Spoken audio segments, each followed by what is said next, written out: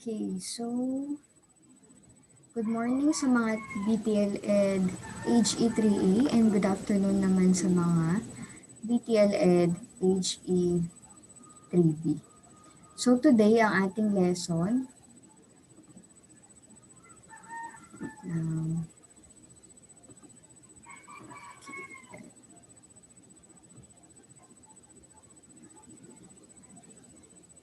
okay.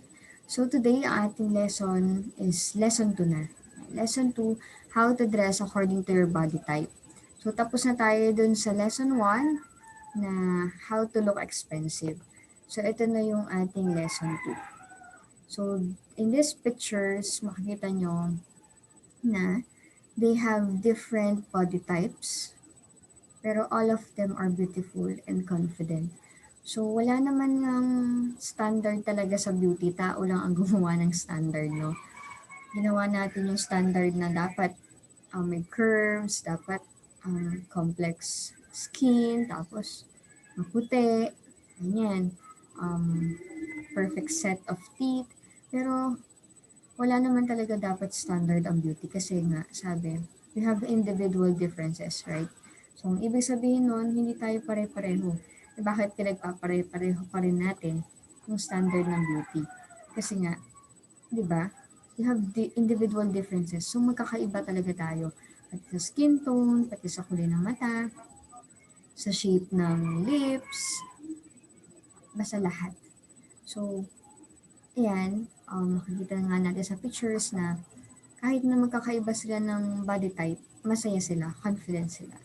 Pero kung halimbawa kayo, you have this kind of body type, yan, yung mga payat, and hindi kayo masaya, then do something para ma-improve nyo yung body type or ma-achieve nyo yung body type na gusto nyo. Kasi nga naman ang pinaka-importante is yung happiness natin, no? So, kung payat kayo, gusto nyo tumaba, then go for it. Yan. So today, ang isi-share ko sa inyo is yung different kinds of body type, tapos ano nga ba yung mga damit na dapat natin suotin, and paano natin ma-identify yung body type natin para alam natin yung approved or applicable na damit na suotin based sa body type natin. So first, isi-share ko sa inyo is yung yan. So before deciding what dress to wear, it is important to know first your body type, of course. Same doon sa sinabi ko kanina na bago tayo mag-jump dun sa ano ba yung mga magagandang suotin, is ano muna yung body type natin, ano muna yung kailangan ma-identify muna natin kung ano yung body type natin para alam natin kung ano yung applicable na suotin based sa ating katawan. Okay? So, una is we suggest na magte-take tayo ng body measurements para nga naman ma-identify natin, no? So, ito yung aming sinasuggest sa inyo na gamitin, yung tape measure. Hindi pwede yung foot roll, hindi pwede yung meter stick, hindi pwede yung pull and push roll or yung metros, no? Pero kasi mga gumagamit ng ganun, hindi pwede yun. So, sabi niya dito, using cloth tape is better than a metal one. Ruler, hindi. Kasi, ang foot rule, ginagamit siya to measure small lines o kaya naman to create straight lines, mga ganun. So, hindi siya pwede sa pag-measure ng katawan. Ito. This is the suggested or ito talaga yung ginagamit natin na measuring tool to measure our body measurements. So let the tape be neither too tight nor too loose. Ibig sabihin ng neither too tight, not too tight, tapos nor loose, ibig sabihin not too loose. Hindi masyadong mahigpit ang pagkaka-measure at hindi rin naman masyadong maluwag. So it should be snug to a point where you think it will slip. It probably will, but hold on to it and gives you the most accurate number. So para mas mapadali, kasi most of you hindi naman talaga experts sa pag-take ng body measurements. So ang sinasuggest ko is once na, for example, yung ating mini-measure is yung waist, kamo. So paikot yun, di ba? Paikot sa bewang. So mag-start tayo sa side, tapos matapos din tayo sa side. Then, insert natin yung dalawang fingers natin dun sa mismong tape measure. So, that will serve as our allowance na.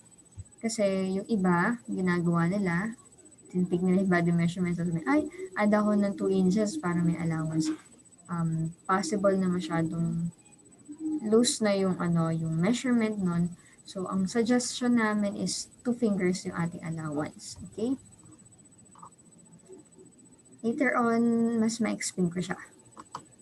So, next is magpo-proceed na tayo dun sa mga parts na i-measure natin para ma-identify natin kung ano nga ba yung body type natin. So, in measuring your shoulder, start at the tip of the shoulder, any side, and then take it around to the other side. So, sinabi niya any side, kahit saang side. Pero, dahil most of you kanan, so start tayo dito sa kaliwa. Okay? So, dito sa part ng shoulder natin, meron kayong parang bone na nakaumbok. Yan. So, pag na-identify nyo kung nasan yung bone na yon, mag-measure tayo ng 1/2 inch away, palabas, dito. Dito yung bone, tapos lalabas tayo ng konti. Yan. So, doon tayo mag-start ng measurement natin. 1/2 inch away from that bone, no? So, for example, nandito yung kanyang bone. So, nag-move siya ng 1/2 inch. Tapos yun ang ginawa niyang starting point. Then, up to the other side of the shoulder. So, bone, tapos 1/2 inch din. Okay? So, kami, ang ginagawa namin, hindi talaga siya totally straight na ganyan. Medyo pa-curve pa nga siyang ganun eh. Parang minimeasure talaga namin yung fullest shoulder. Pero for the sake of identifying your body type, pwede na yung ganito. Since most of you are hindi naman expert in measuring body measurements. So, take note lang na hindi pwedeng tayo ang mag-measure ng shoulder natin or kahit na anong body parts pa natin, dapat merong someone na magtatik ng body measurements. Bakit? Para maiwasan natin yung mag-bend tayo at saka para ma-check din kung accurate ba talaga yung ating measurements. Okay? And isa talaga yung sa ruling ng how to take body measurements. Kailangan merong ibang tao na magtitik ng measurements mo. So, still the end meets the tip of the shoulder or the same shoulder. So, from that tip to that tip. So, kailangan pareho. Okay? So, this way, so sabi niya, this way, you get the measurement of the widest point of your shoulder. So, kailangan merong someone na magtitik kasi kapag tayo lang, possible, gagawin natin ganito. Hindi mo naman nakita kung ano ba, tama ba. Parang tinatansya mo lang. So, kailangan may someone na mag-take. Next is yung ating bust. Yan. So, sabi niya, stand straight before you do this. You need to measure the fullest part of the bust. So, saan nga ba yung fullest part? Ito yung example natin. So, yung fullest part, yung pinakamalaking part. Okay? Hindi po dito sa baba at hindi rin po dito sa taas.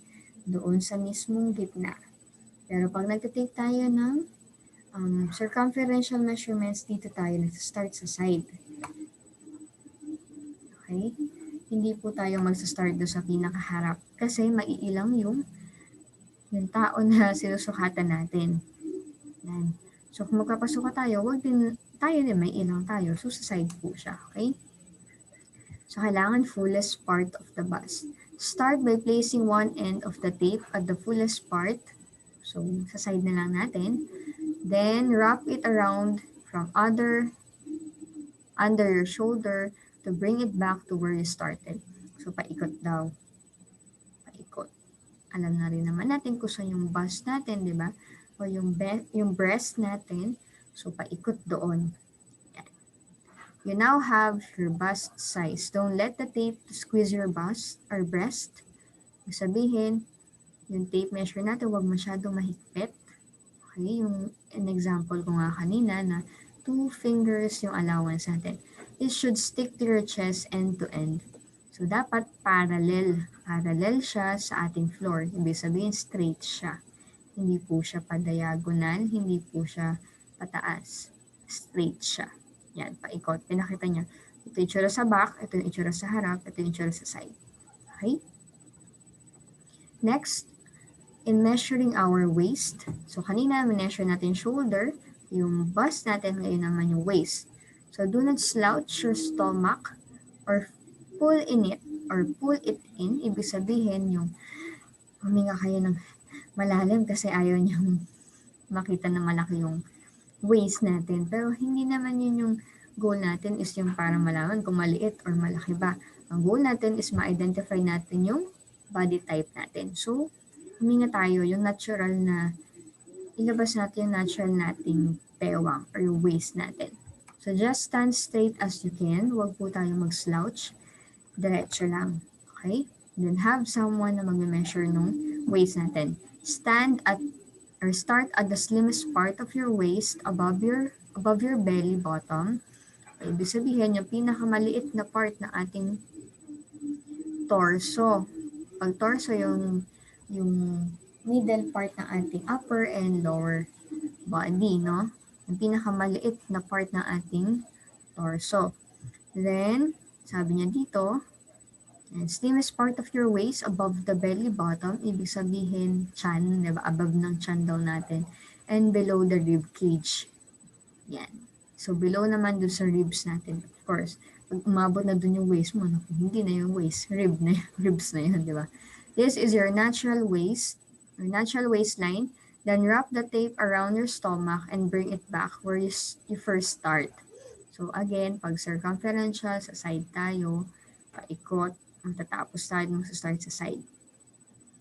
Then, if you are someone who usually wear clothes below your belly bottom, you might want to make a note that number 2. Ibig sabihin, kung usually nagsusuot tayo ng pants na low waist, so pwede rin namang i-measure natin yan para kapag bumili tayo ng pants or ng pantalon, syempre low waist siya. So, dun yung measurement na i-consider, hindi yun sa taas. Kasi kapag yung sa waist talaga natin, or yung sa natural waist natin, so bumili tayo ng low waist, so syempre mas malaki yung measurement ng waist natin kapag below the waist. Okay?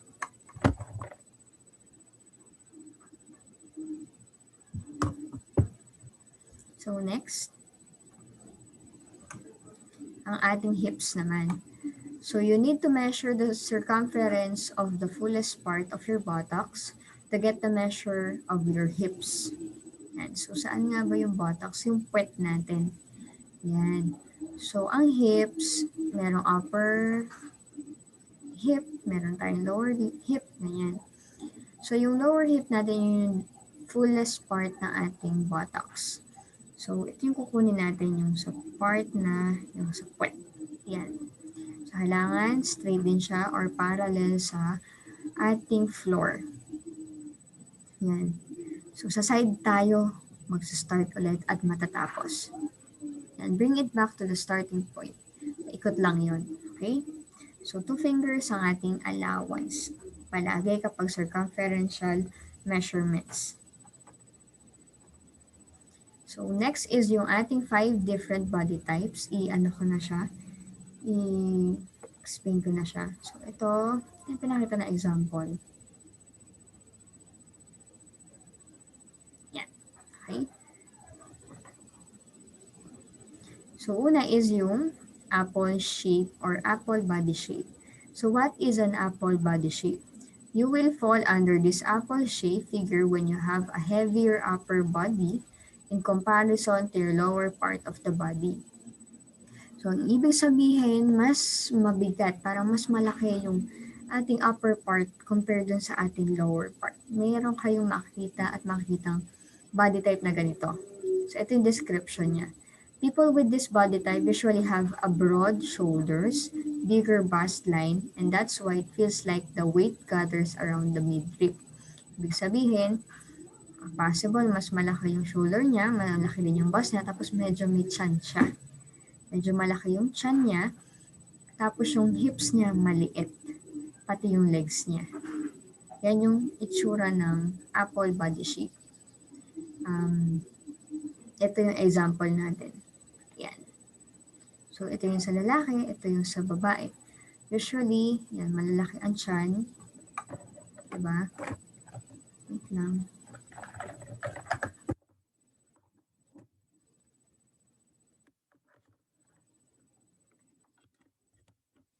Yan. So, usually, sa lalaki, tiyan, malaki ang tiyan. Sa babae din, malaki ang bust, malaki ang tiyan, tapos medyo may malaki ang shoulder. Pero usually, hindi naman masyado malaki ang shoulder. Malaki lang talaga yung bust and tiyan, tapos maliit ang hips at ang legs. So how to dress for apple body shape? Since most of the weight and concentration is above the hips, the midriff appears heavier than the remaining body with a minimal waistline. Ibig sabihin, hindi masyado nakikita yung waistline niya. So the idea here is to take the attention away from that part of the body and highlight your strengths. That's why you need to flaunt your legs or wear the dress with V-neck or deep V-neck lines or deep V-neck lines that created an elongated illusion of the torso. So kapag meron tayong ganitong shape ng katawan, huwag na tayong mag-fitted na pants, no? Kasi nga naman, wala ka ng hips, tapos slim pa yung legs mo, tapos nag-fitted ka pa, lalong pinakita na maliit yung hips mo at mas malaki yung upper part mo. So, ang suggested natin na isuot ng mga apple shape or apple body shape is yung square pants, loose pants, mga ganyan. Tapos, huwag na tayong mag-add ng ruffles or mag-add ng weight sa upper part. Okay?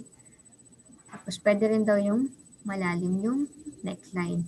Para lang mapakita na mas mahaba yung leeg or para mas mahaba yung upper part compared dun sa lower part. Kasi nga, di ba, usually ito heavy yung upper part nila. So, meron ako mga nakikitang may ganitong body shape or body type, tapos may nagsusuot pa ng mga tight na pants, lalo lang napapansin. So, best clothes for apple shape body, A-line or empire cut are ideal for you. Pag A-line, hindi po yung fitted, kundi yung parang pa-wide yung kanyang hemline or pa-wide yung laylayan ng kanyang skirt. Parang Lenny Robredo lang, no?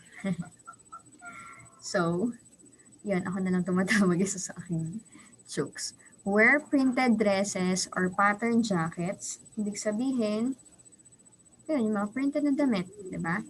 That add a layer to shift the focus kasi mag-focus na siya dun sa pattern ng jacket mo, sa pattern ng damit mo, hindi na dun sa part ng katawan mo na medyo malaki.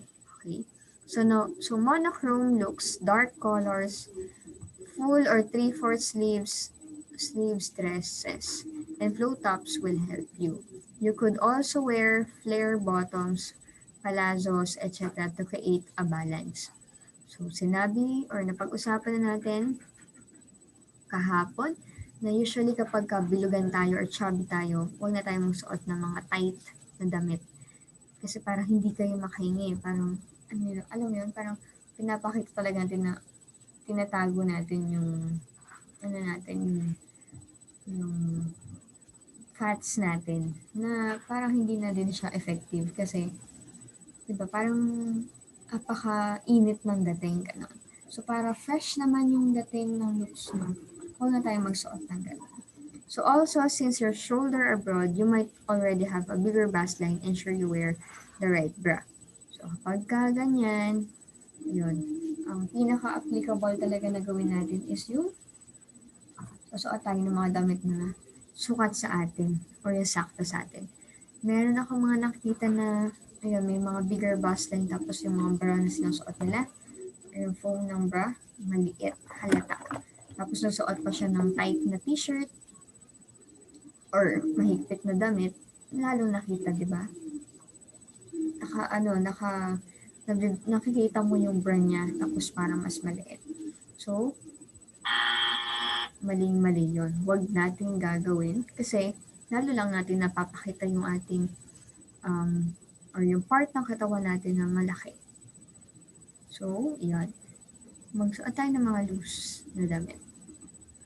Ito yung example natin. So, makita natin na yung pants na sinusuot niya is hindi fitted. Most of them are wide or loose pants. Bakit? Para makapag-create tayo ng illusion na proportion yung ating body type doon sa upper part at lower part. Okay? So, ito example natin sa Hollywood, yung mga artista, dahil meron siyang broad shoulder, tapos malaki pa yung kanyang bust or bust line, nag-add siya ng weight dito para magmukhang proportion. So, makikita mo parang isip mo, ang laki ng balakang niya, di ba? Hindi mo na napansin yung upper part niya. Same with this. Okay? So, what not to wear when you have an apple-shaped body? So, avoid figure-hugging dresses or tops with skinny jeans. This will make it more visible. Kasi nga naman, nag-tight ka or nagsuot ka ng hugging dresses or yung fit na dress, lalong nakita na maliit yung waist or yung hips mo. Try and replace the waist belt with an upper waist belt to strike a balance. So parang sinasabi niya lang dito na instead na doon sa part ng waist natin, i-akit natin yung ating waist, yung waist belt natin. Kasi nga naman, di ba, di ba nga usually medyo malaki din yung siya nila. So, mababa. I-akit natin doon. Okay?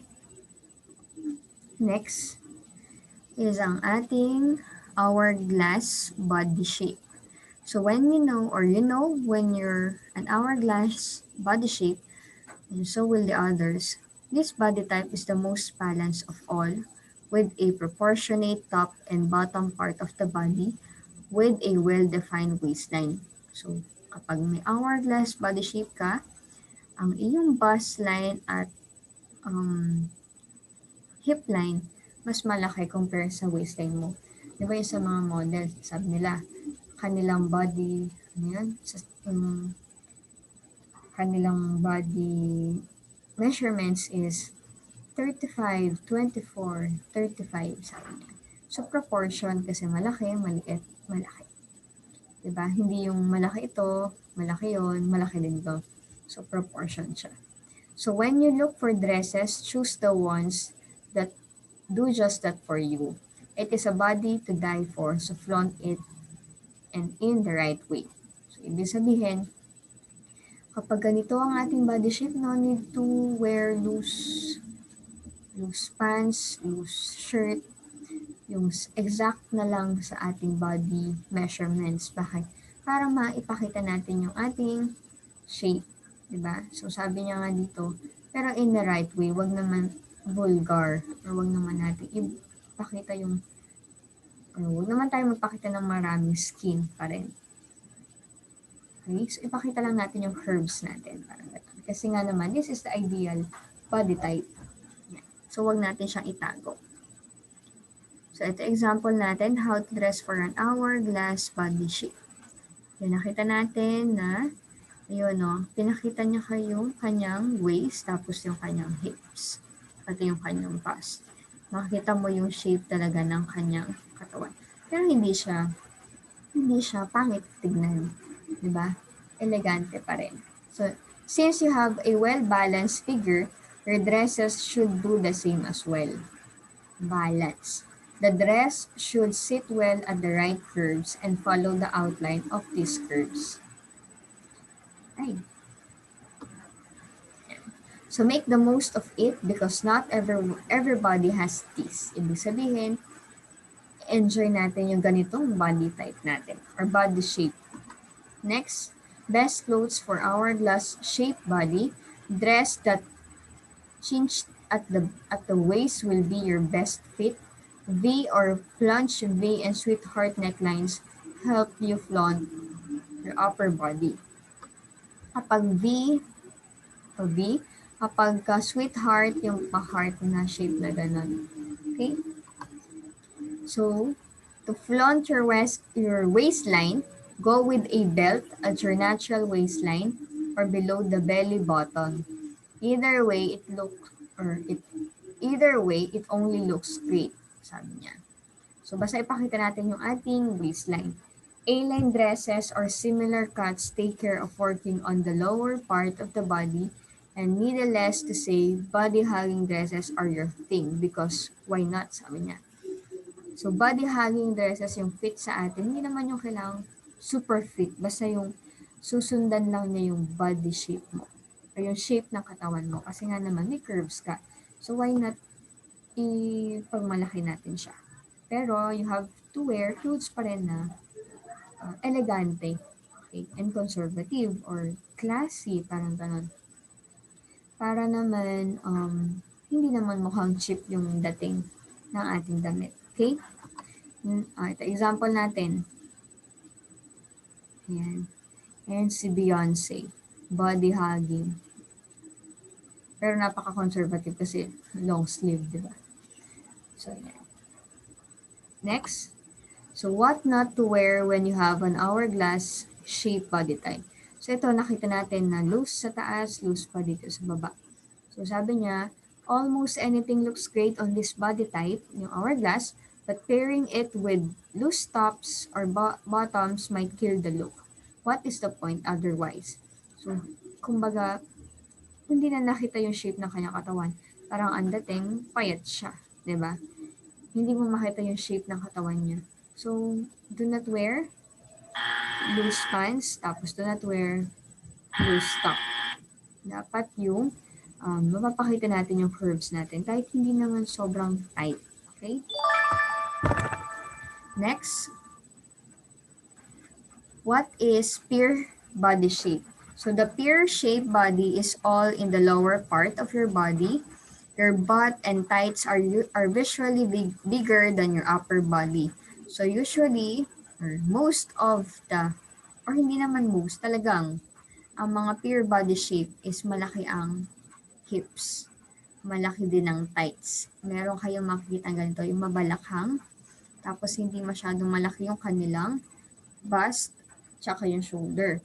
So, thanks to Kim Kardashian and others, this body is a rage right now. Ibig sabihin in siya, parang hindi na siya out of, kumbaga hindi na siya yung katawan na kinahihiya.